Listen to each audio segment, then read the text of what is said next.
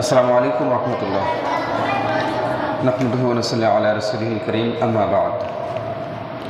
ফাআউযু বিল্লাহি মিনাশ শাইতানির রাজীম। বিসমিল্লাহির রহমানির রহিম। ওয়ারাতিল কুরআনা তারতিলা। প্রথম কথা হচ্ছে যে টানের হরফ হচ্ছে তিনটে। কয়টি? হরফ মানে কি? অক্ষর। তার তিনটি কি কি? আলিফ, ইয়া, ওয়াও। আলিফ, ইয়া, ওয়াও। টানের হরফ কয়টি? তিনটি। কি কি? আলিফ, ইয়া, ওয়াও। তাহলে আলিফের ডান দিকে কি থাকবে? জাবার। এখানে ধরো আলিফ থাকলো, এর আগের অক্ষরে জাবার থাকবে। ইয়া সাকিন থাকবে ডান দিকে, জের থাকবে। ওয়াও সাকিন ডান দিকে, পেশ থাকবে।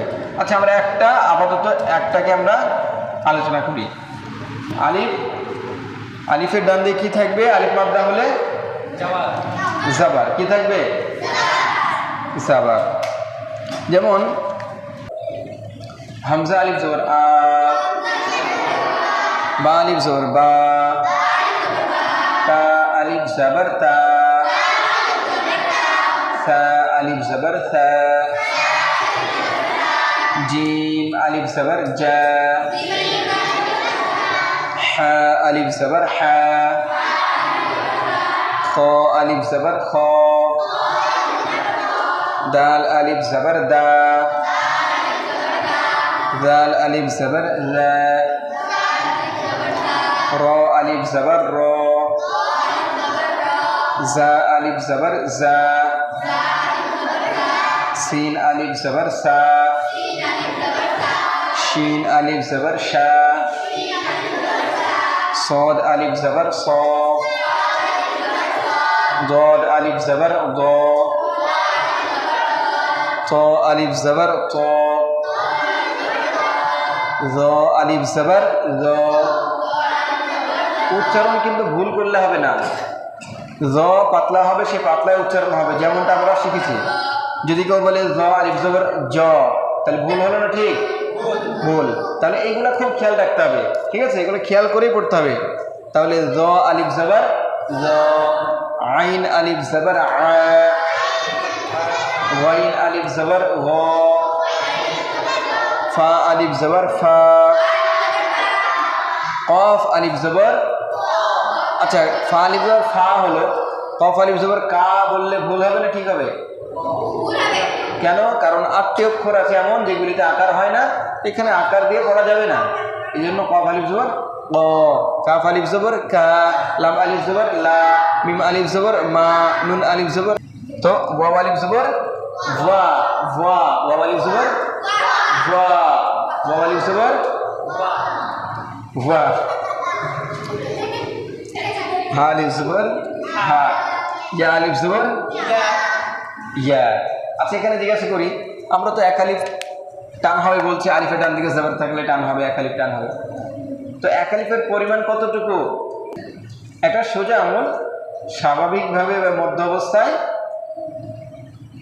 আঙুলটাকে বন্ধ করতে যে সময় লাগে, যেমন বা, তা, সা, এরকম, ঠিক আছে? আচ্ছা, হুরুফে মাদ্দা। এ হুরুফে মাদ্দা কয়টি? তিনটি। টানের অক্ষর তিনটি। কি কি? আলিফ, ইয়া, ওয়াও। আমরা আলিফ তারপরে ওয়াও না দিয়ে ইয়া কেন লিখেছি? কারণ হচ্ছে জাবার, জের, পেশ এর সাথে মিলানোর জন্য। কারণ আলিফের সাথে সম্পর্ক জাবারের। আলিফের ডান দিকে জাবার থাকলে আলিফ মাদ্দা হয়। যেমন হামজা আলিফ জবর আ, বা আলিফ জবর বা, তা আলিফ জবর তা, ইয়া।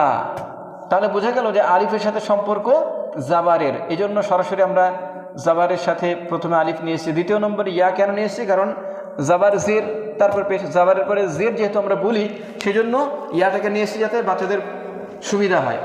তাহলে ইয়ার সাথে সম্পর্ক কার? জেরের। হ্যাঁ, জেরের। আজকে আমরা এটা ইনশাল্লাহ পড়ব। প্রথমে আমরা জেনে রাখি ইয়া কখন মাদ্দা হয়, মানে ইয়াতে কখন টান হয়। মনে রাখতে হবে যে ইয়া যখন সাকিন হবে, ইয়া যখন সাকিন হবে। এই যে চিহ্নটা, এই চিহ্নটার নাম হচ্ছে সাকিন, জজম বা সুকুন। এই চিহ্নটা যখন ইয়ার উপরে থাকবে এবং তার আগের অক্ষরে যদি জের হয়, আগের অক্ষরে কি থাকলে জের যদি থাকে তখন টান হবে। যেমন হামজা ইয়া জের ই, আমরা এটাকে হামজা কেন বলছি, কে বলতে পারবে? হ্যাঁ ঠিক, আলিফের উপরে নিচে কিছু যদি থাকে তাহলে সেটাকে আর আলিফ বলা যাবে না, বলতে হবে হামজা। তাহলে হামজা ইয়াজের ই, হামজা ইয়াজের ইয়া সাকিন ডানেসের ইয়ামাদ্দা, ইয়ামাদ্দাকে এক আলিফ পরিমাণ টান দিয়ে পড়তে হয়। ইয়ামাদ্দাকে এক আলিফ পরিমাণ টান দিয়ে পড়তে হয়। আবার দেখো হামজা ইয়াজের ই, বা ইয়াজের বি, তা ইয়াজের তি, থা ইয়াজের থি, জিম ইয়াজের জি, হা ইয়াজের হি, খ ইয়াজের খি, দাল ইয়াজের দি, দাল ইয়াজের রি,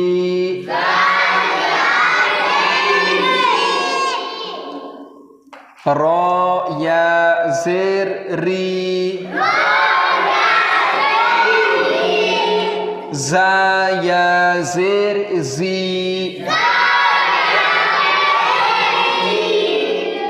সিন ইয়াজের সি,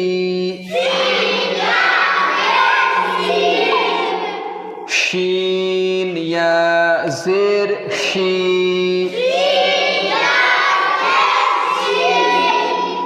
صاد ইয়াজের সি, ضاد ইয়াজের ضي, ط ইয়াজের طي، ذا ইয়াজের ذي، عين ইয়াজের عي، غين ইয়াজের غي، فا ইয়াজের في،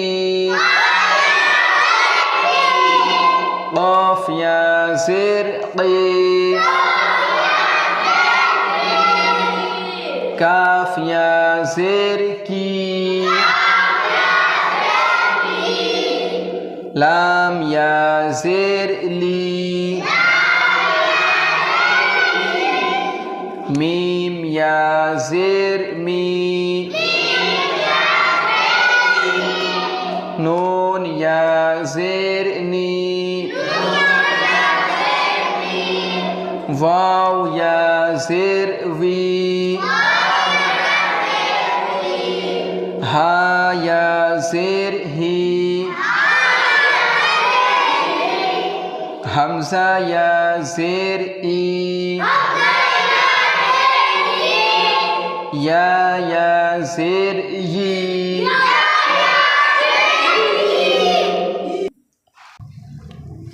হামজা ওয়াও পেশ উ, বা ওয়াও পেশ বু, তা ওয়াও পেশ তু,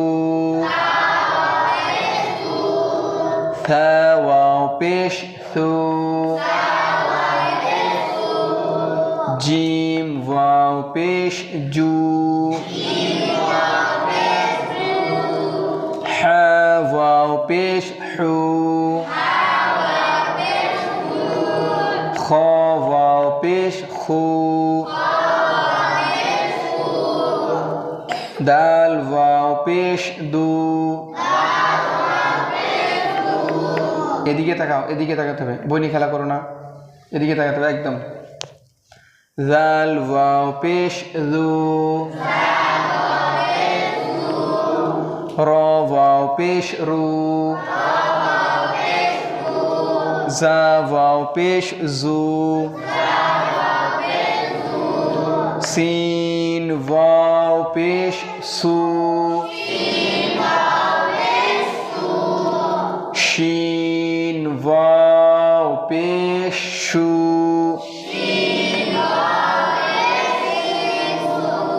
صاد واو পেশ সু,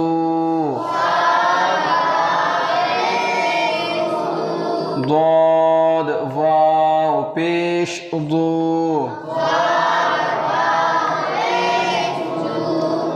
জু নয় দু, ত ওয়াও পেশ তু,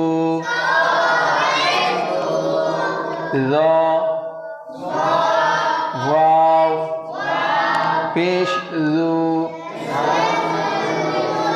জু পাতলা হবে জু জু,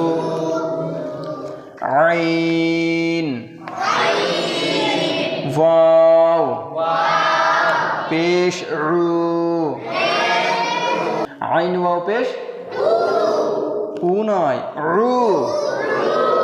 কণ্ঠনালীর মাঝখান থেকে দুটো অক্ষর উচ্চারিত হয়, কি কি সেগুলা মনে আছে? কি কি অক্ষর? আইন আর হ্যাঁ, আইন আর হা নয়, আইন আর হ্যাঁ, আইন হ্যাঁ, আইন হ্যাঁ, এই দুটো কণ্ঠনালীর মাঝখান থেকে উচ্চারিত হয়, কণ্ঠনালীর মাঝখান থেকে। এটা যদি কণ্ঠনালীর মাঝখান ধরি, এটা হামজা হা, এটা গয়ন খ, মনে থাকবে? উচ্চারণটা ভালো করতে হবে। উচ্চারণ যদি না হয় তাহলে আর কিছু থাকলো না। ওই উচ্চারণ ঠিক করার জন্যই আমার আশা এখানে। তা নাহলে কোরআন পড়া তো অনেকেই পারে, তাই না? যে কষ্ট করে তোমরা শিখেছো সেটাকে মনে রাখতে হবে। তাহলে আইন ওয়াও পেশ রু,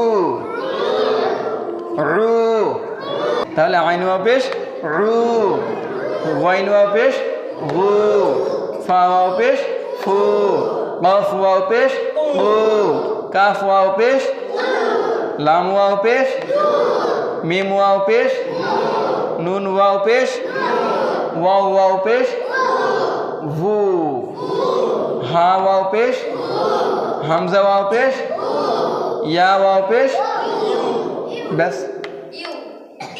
ইউ নয়, ইউ, ইউ,